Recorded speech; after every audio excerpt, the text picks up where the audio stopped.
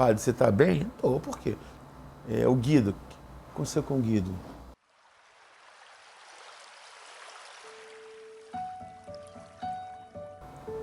Aí ele falou que o Guido tinha morrido. A reação primeira, todos nós não acreditaram naquilo, né? Falei, não é possível, o Guido não morreu, não é possível. Amanhã o casamento do Dudu e tá lá, né?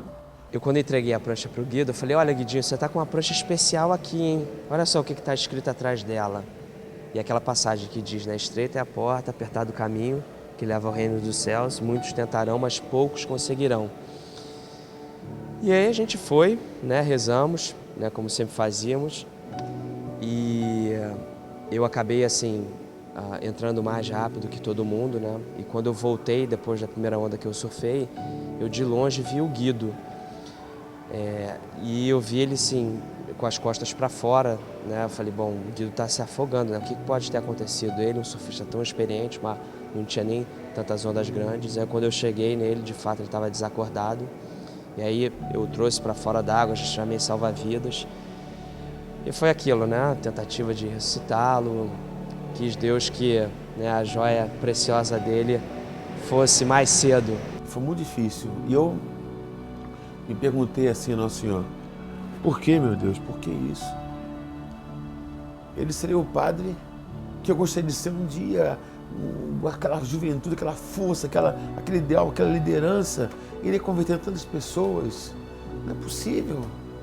Por que? Em vez dele, eu pensei nisso. Você quer pensar nisso, né? Mas naquele momento me veio assim, o Guido vai fazer muito mais agora do que antes. Pode fazer muito mais pela igreja como sacerdote aqui na terra. O Guido até gosta de contar que no dia que ele saiu para ir à praia, meu marido olhou por trás, viu aquele jovem com os ombros largos, espadaúdo, forte, né? Então ele saiu cheio de saúde e não voltou, né? Mas é a vida, né? Alguns amigos dizem que ele dizia, se Jesus me permitir, eu quero morrer surfando, eu quero morrer no mar. E foi como, eu falei, ele era tão amigo de Jesus que até isso Jesus concedeu a ele essa graça, né? Em 1º de maio de 2009, morreu aos 34 anos o jovem médico e seminarista Guido Vidal França Schaffer. Mas para muitos, era o surgimento de um santo. Já no dia da morte do Guido, houve manifestação da população, ou seja, dos fiéis, e emitindo sinais de que havia a santidade, né? Fama de santidade. Então, a primeira etapa é abertura do processo, o pedido no iobsta, daí ele é declarado servo de Deus, hoje ele é servo de Deus, estudar a sua vida, biografia, levantar biografia, material, né? Para depois, quando nós encerrarmos, também enviar para Roma e depois nós vamos ter que comprovar as suas virtudes heróicas. Essas são as etapas para que o Papa possa depois assinar as suas virtudes heróicas, declarando como venerável. E na tarde de 17 de janeiro de 2015, foi aberto o processo arquidiocesano do servo de Deus Guido Schaffer.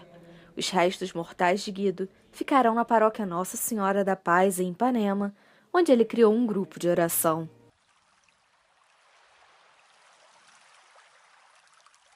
Porque o Guido, assim, ele sempre estava na frente, né?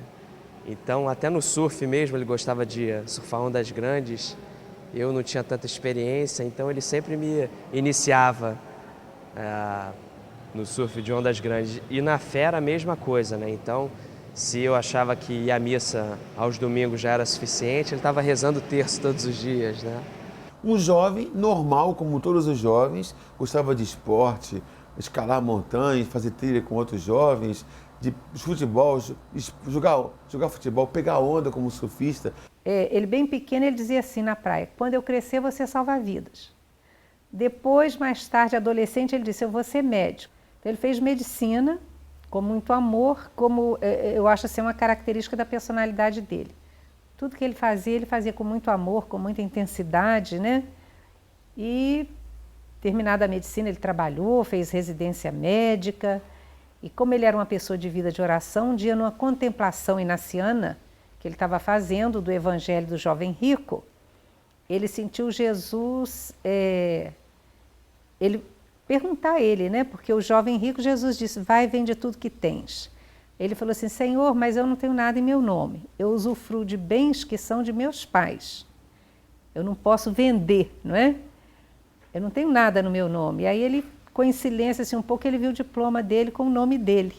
Ele sentiu no coração que Jesus estava chamando ele a doar a medicina. E nesse tempo ele já trabalhava na Santa Casa de Misericórdia.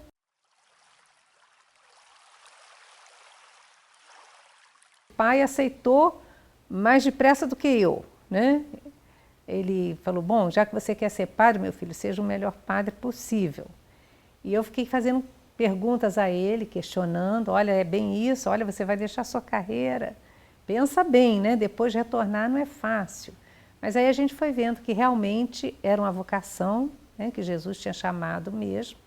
E aí todo mundo ficou muito feliz da escolha dele. E no dia que ele praticamente foi aceito para o seminário, eu estava com ele.